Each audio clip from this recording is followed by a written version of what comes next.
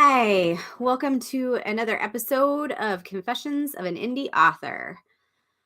It's been a couple weeks. I've had a hectic couple of weeks, with some of my daughter's mental health issues. I've just kind of had to take a break from some of my writing and this YouTube vlog and everything else to try and take care of those things. So, health, especially mental health, has to take front and foremost for that. What happened over the weekend? Marigold Festival. It's our local festival here in Pekin, Illinois. It's my hometown. It is one of my best events of the year. So, it's an outdoor show, which is a lot of work. So it's both Saturday and Sunday. So Friday during the day, you have to go and set up, bring in all your inventory. You have to set up a tent. You have to make sure that all of your inventory is secure, make sure that your tent's secure. So if you have any kind of rain or wind, that everything doesn't blow away. It can be very stressful. It's dusty, it's dirty. You're outside, all day Saturday, all day Sunday. And then you have to pack everything up and everything's dirty and grimy. Whenever you get back home, you got to wipe everything down. Sales were great. I did probably about comparable than I did the previous year. I did not sell as many books. I sold more tumblers and I made some vinyl signs, but that's to be expected. I mean, typically a lot of the people in my hometown, if they're going to purchase my books, they probably have already purchased my books. And unless I have something new, they're probably not going to purchase, or if they haven't finished what they've already selected, they might be holding off until next year to buy something new. So that's kind of one of I'm facing that with several different conventions that I do on an annual basis. The ones that I've been to, the people who are going to buy the books have already bought them. And so sales in some of these shows that I've been doing for a number of years, you know, they don't really justify some of the time cost and the expenses. So I have to be very careful of those. The one good thing, if you have new stuff, that helps, because people come back to buy, hey, I got this first book, so now I'm here for the second one or the third one, and so on and so forth. And I had several sales like that. I was able to I know I published Glory, and I said, you have to publish it at least 2 weeks before if you want to get those copies. I was right up to the deadline. So my Glory books actually didn't get delivered until I would say Saturday at 10 o'clock. So I was well into my event when the books were delivered. And I have one of those video doorbells. So I got a notification as soon as the package was delivered. And I was able to find somebody that was there at the festival who would go to my house and pick them up and bring them to me. So they were literally hot off the press, delivered to me at the event, slapped them up on the display. And, I started selling copies right away.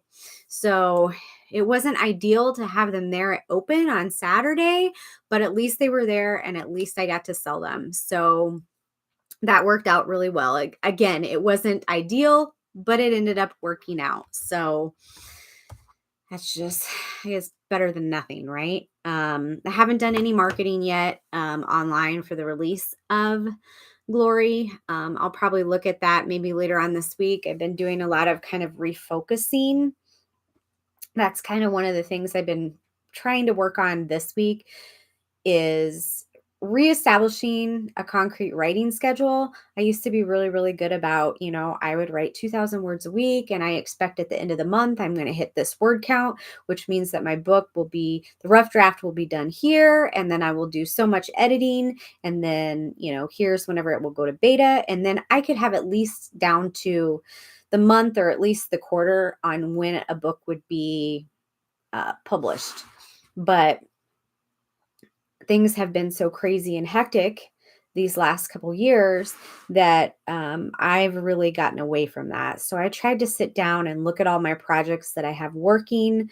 I want to start the new sequels to the Titan Code, which is going to kind of be a space opera, kind of cyberpunk, I have started outlining that, and I'm trying to work on that opening, the opening few lines in the opening first chapter, making sure that I really capture the audience in those first few words.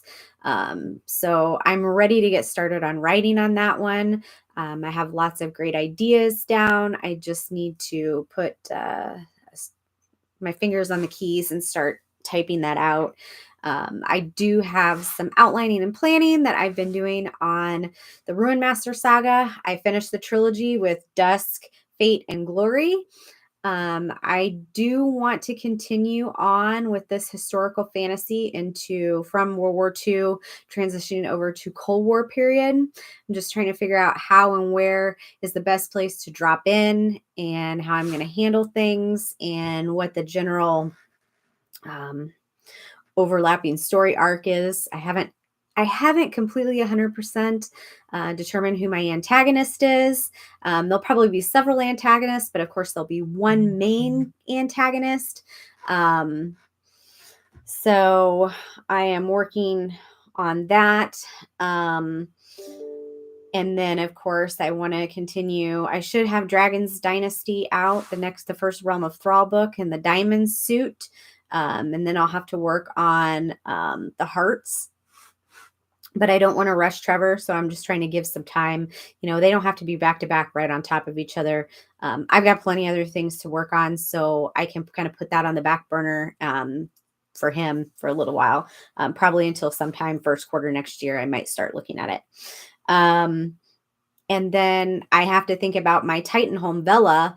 I have things scheduled through December, but then I need to start working on things now so that I can get those all scheduled in advance to come out, in 2023, one per month. So I need to look at that.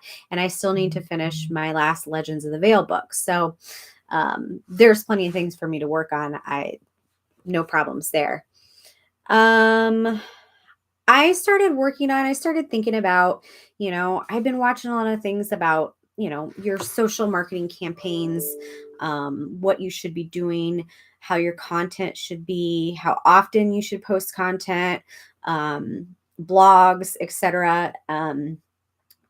All of the planning that goes into that. And that's one of the things with being an indie author. It's not just writing, it's doing all this too. So I'm trying to look at for 2023, what do I have for content? I have a lot of things that I do. So I need to find a way to focus and schedule content so that I have regular content on all of my platforms and that I'm diverse using all of my channels. So I've got the coffee. So that's one thing that I've been working on. Like for every Monday in 2023, there's going to be some type of a coffee post about the Geek Grind coffee. Writing tips. I'm going back to Plot a Course to Novel Success. How to take your novel from that idea to publishing. That's going to be 52 posts. There's also going to be videos that are going to be in there. I'm going to probably have blog topics and break it down into smaller, manageable, bite-sized bits of social content to put out there. I have the Tumblrs that I'm doing, so I can post pictures of those. I have the Confessions of an Indie Author. I want to do more readings from my books. I need to do more TikTok readings. I need to do TikTok trailers. I need to do, the list just continues on and on and on into oblivion. So if anybody figures out how to clone, let me know because, there are times where I feel like tearing my hair out. But I read on one thing, it's like, well, you should be posting 10 pieces of content per day. 10 pieces of content?